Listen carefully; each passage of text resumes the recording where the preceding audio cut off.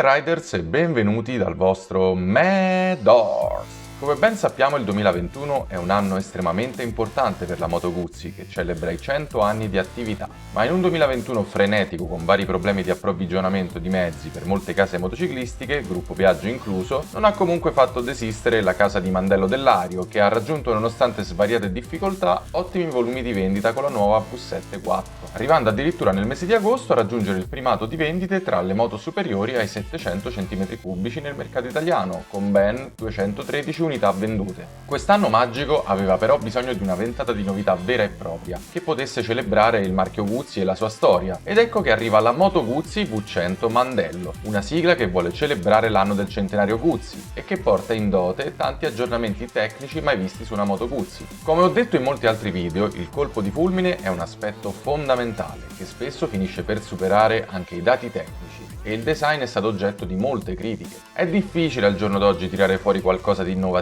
ma si sa che noi italiani abbiamo spesso e volentieri disegnato dei veri e propri capolavori su ruote, e forse le aspettative dietro ad un modello del genere erano veramente troppo alte. Ma devo ammettere che anche a mio avviso sono state disattese. La V100 mi ricorda tante moto a cavallo degli anni 80 e 90, come ad esempio la TDM Yamaha, o rimanendo in casa Guzzi la Quota 1100, e questo design vecchio, poco creativo e soprattutto poco piacevole non restituisce il giusto valore ad un mezzo che porta finalmente una ventata di innovazione dopo anni di immobilismo Guzzi. Sulla carta questa moto dovrebbe riempire il vuoto lasciato dalla Norge 1200, che però a differenza della V100 è dotata di una protezione ben superiore per il guidatore in puro stile GT, mentre la V100 si va a collocare ad un genere più simile alla Tracer 900 Yamaha, e che comunque anche quest'ultima rimane un filo più protettiva, almeno dalle impressioni in foto e video sul web rispetto alla V100, altro aspetto che sta facendo discutere gli appassionati. Tralasciando design e categoria, passiamo finalmente ai punti di forza di questo modello che taglia di parecchio i ponti con il passato, adeguandosi alle nuove normative anti-inquinamento, introducendo il raffreddamento a liquido su questo nuovo motore 1000 di cilindrata con i cilindri ruotati di 90 gradi. Alcune informazioni mancano, ma oltre alla rotazione dei cilindri, tra le novità troveremo una nuova posizione dei sistemi di aspirazione e scarico. Queste nuove introduzioni tecniche renderanno la V100 Mandello capace di erogare tra i 110 e i 120 cavalli. Chissà se il raffreddamento a liquido farà storcere il naso ai puristi come è successo con Harley Davidson, che ha stravolto la sua gamma sempre per rispettare le normative anti-inquinamento. Personalmente sono favorevole a questa nuova introduzione in Guzzi, che soprattutto d'estate può evitare stress al motore nel traffico congestionato. Tra le varie innovazioni che invece ho apprezzato sicuramente troviamo il forcellone monobraccio, elemento ciclistico che ho sempre amato alla follia su diversi modelli di moto e che diventa ancora più apprezzabile considerato l'utilizzo del cardano caratteristico Guzzi. Sulla V100 si può notare tanta raffinata elettronica in parte ereditata da Aprilia, come ad esempio le sospensioni elettroniche semiattive, già viste sulla Tuono V4 Factory. L'innovazione che mi ha colpito maggiormente però è l'aerodinamica adattiva, una caratteristica unica e mai vista nel panorama motociclistico e che consente alle ali mobili presenti sul serbatoio e al cupolino di alzarsi con l'aumentare della velocità per fornire maggiore protezione aerodinamica al pilota. È un aspetto che mi è piaciuto molto. Ho dubbi sull'effettiva utilità vista anche le dimensioni contenute del cupolino e della carena, però questo aspetto lo scopriremo solo provandola. Per ora posso solo dire che figata! Per il comparto ciclistico si vedono, oltre alle sospensioni elettroniche, delle belle pinze radiali Brembo che troveremo molto probabilmente anche sulla versione più economica, che cederà però alle sospensioni elettroniche in funzione di quelle meccaniche tradizionali. Questi sono i primi dati travelati dalla presentazione Guzzi. Per maggiori informazioni ovviamente bisognerà aspettare EICMA a novembre, dove è prevista la presentazione al pubblico in pompa magna di questa V100 assieme alla Touareg 660 Aprilia da parte del gruppo Piaggio. E vi volevo chiedere, voi che cosa ne pensate? Questa moto ha soddisfatto le vostre aspettative?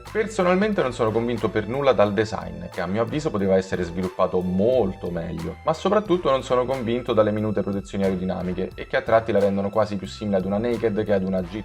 La categoria in cui la collocherà Guzzi molto probabilmente sarà Sport Tourer, però anche su questo genere ho in mente altri modelli dotati di semimanubri rialzati o comunque sempre più protettivi in termini aerodinamici. Per il resto sono contento di vedere tutti questi cambiamenti dopo anni di immobilismo, ma ho paura che vadano addirittura sprecati su questo modello che fatico a inquadrare inquadrare. A questo punto tanto voleva partire direttamente con una naked stile griso, però questa è una mia opinione. Fatemi sapere la vostra nei commenti qui sotto. Vi invito inoltre ad iscrivervi qualora non l'aveste fatto, attivando anche la campanellina per rimanere aggiornati sui miei successivi caricamenti. E se il video vi è piaciuto lasciate un bel pollice in su e condividetelo con i vostri amici, in modo da aiutare anche la crescita del canale e per ampliare questa bella discussione. Per il resto noi ci vediamo in un prossimo video. Un lampeggio dal vostro Medor.